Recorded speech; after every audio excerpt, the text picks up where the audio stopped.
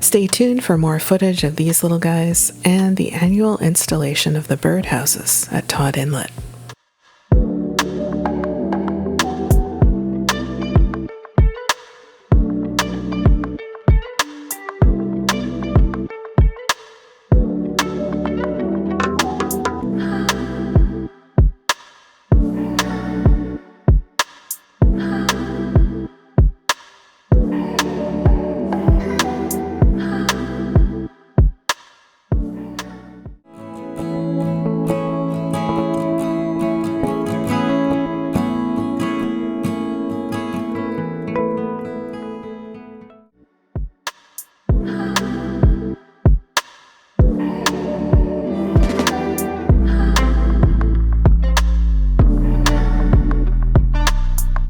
Welcome to a place where the forest hides 100 forgotten stories.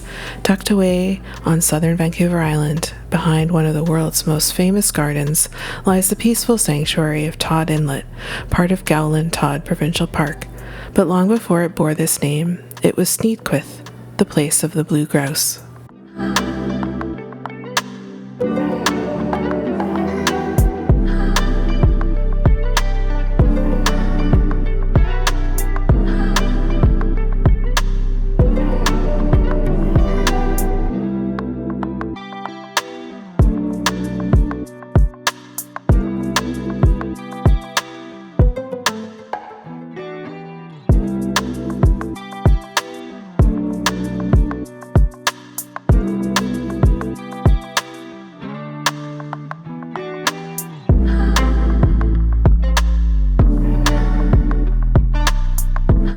To the Wasanic people, this was their very first village site. For centuries, they lived in harmony with this land, gathering medicine, food, and cedar, sustained by a territory so rich it was heralded by the presence of the blue grouse. It was a place of spiritual beginnings and deep cultural roots.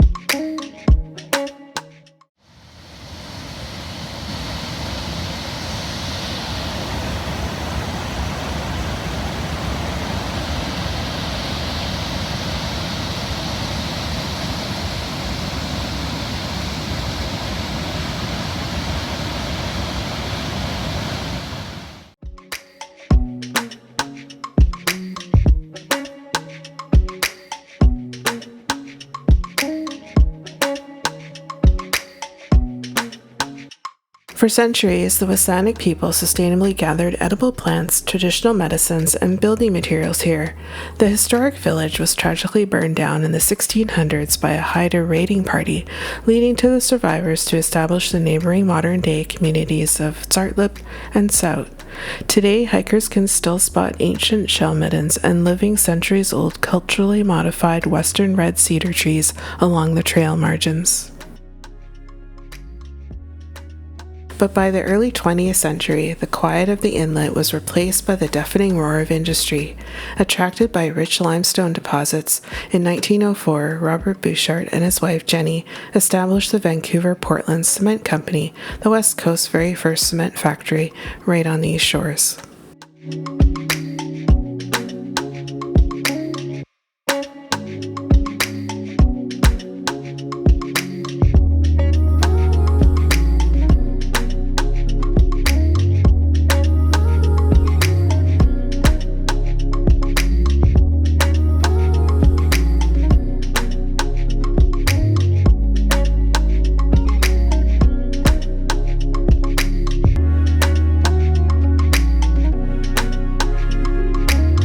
A bustling industrial footprint quickly grew around the deep sheltered waters of the inlet, which allowed massive cargo ships to dock. Raw limestone was transported via an intricate tramline system, clay was mined locally, and coal was shipped in from Nanaimo to fire the massive 70-foot-long rotary kilns.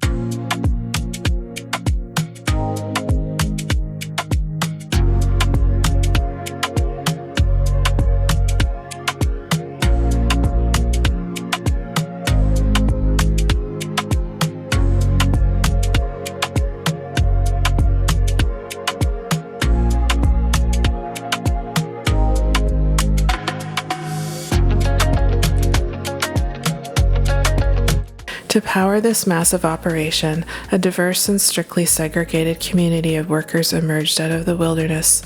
White managers lived in comfortable homes, while hundreds of Chinese, Canadian, and South Asian sick laborers endured a harsh, exhausting existence, living in crowded communal bunkhouses. These men worked the most dangerous, low-paying jobs at the plant.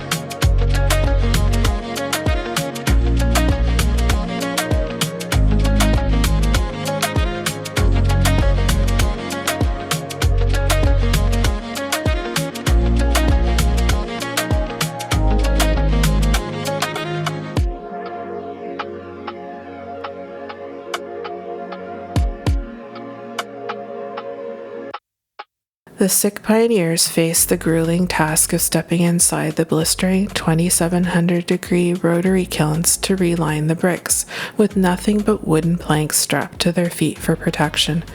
In the suffocating cement dust, diseases like tuberculosis took a heavy toll.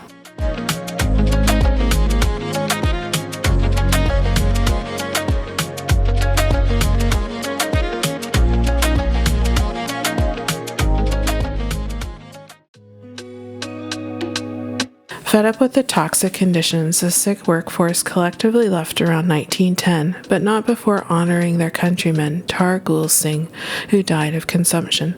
His brother and fellow laborers built a traditional funeral pyre in the Tod Inlet forest, marking one of the very first traditional sick cremation ceremonies ever performed in British Columbia.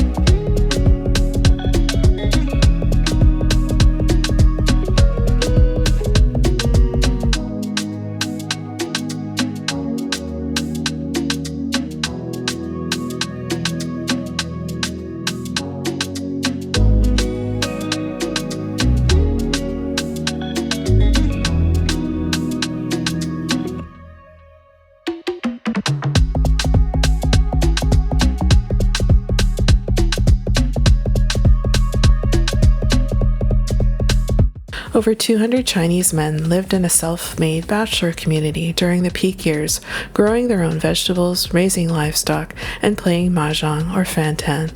One notable worker, Yat Tong, arrived in 1912 and spent nearly 50 years at the inlet, eventually staying to work as a trusted gardener for Jenny Bouchard well into the 1960s. Yet, in the face of these severe hardships, these immigrant communities found resilience, leaving behind a legacy of profound sacrifice that helped build early British Columbia.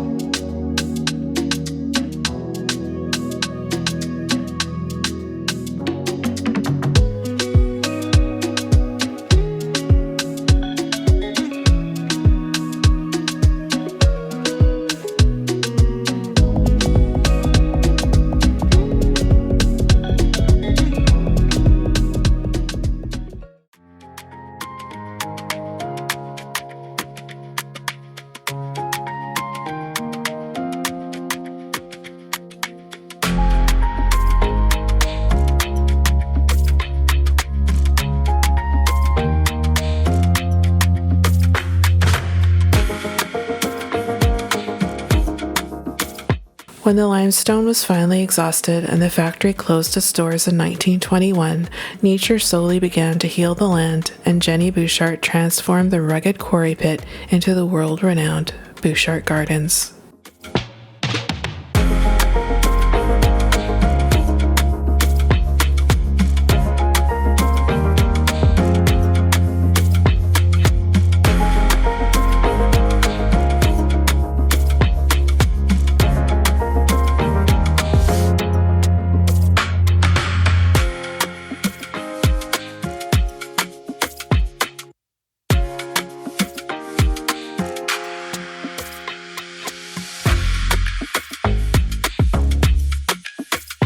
In 1946, local boaters formed the Tod Inlet Boating Association to maintain community docks enduring decades of changing corporate landlords and development threats.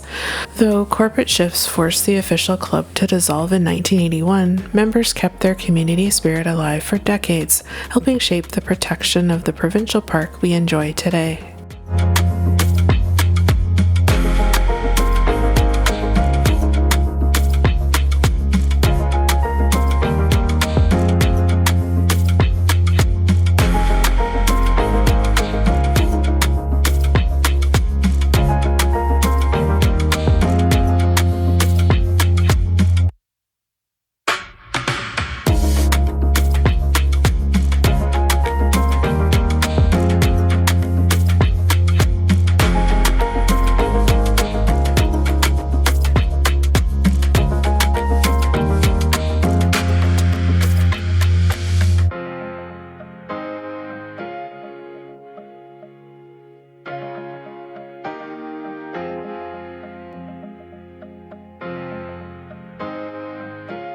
We happened to visit when they were putting the birdhouses back up after the winter.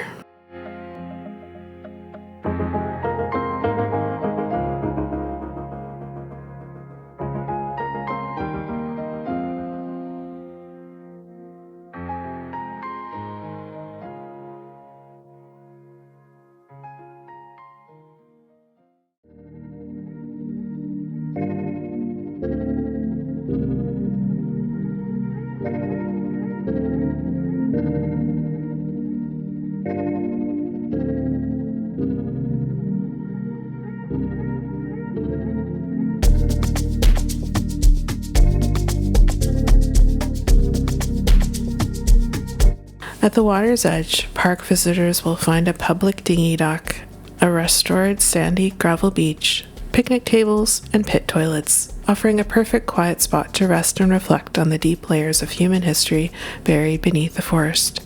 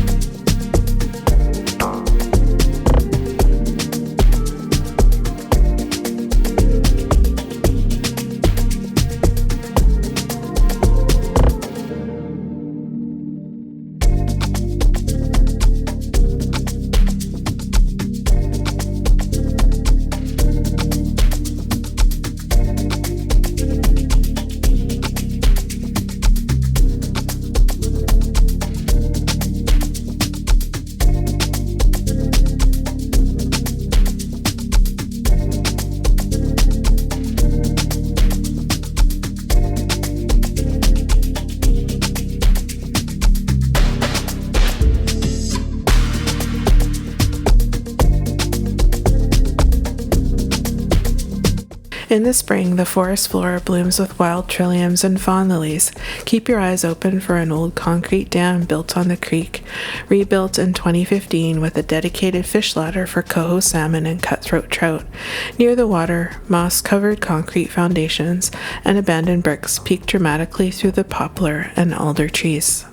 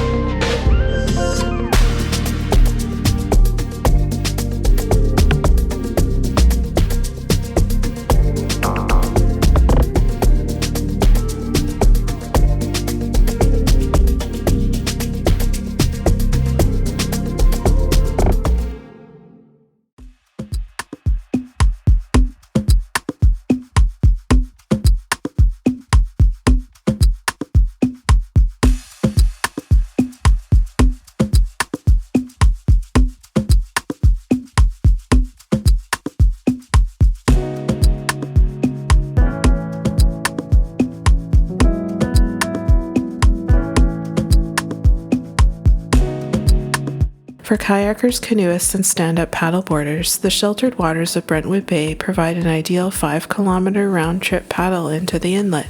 You can launch from the gravel beach at Verdier Park, located at the end of Verdier Avenue, next to the Brentwood Bay Ferry Terminal. Public washrooms and an unloading loop are available, though street parking is limited.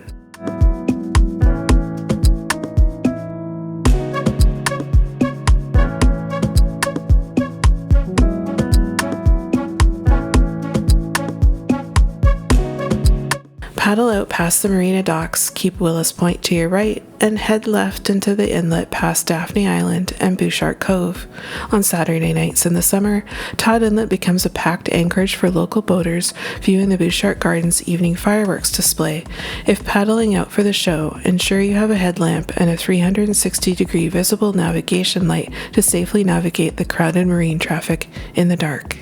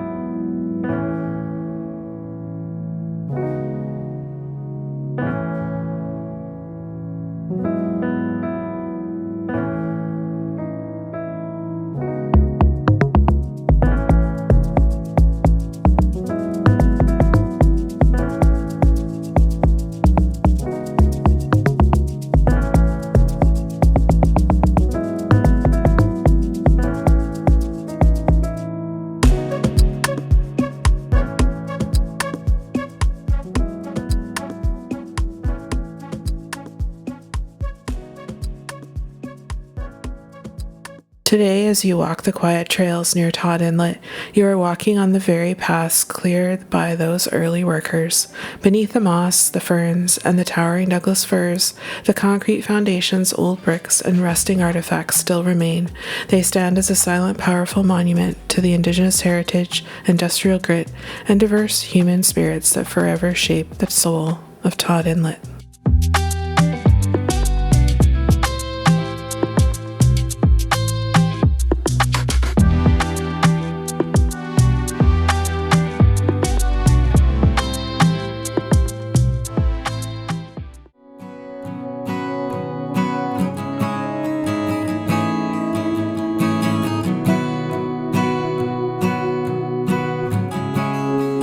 Thanks for watching this video on Tod Inlet in Central Saanich. More information can be found at walkingvancouverisland.ca.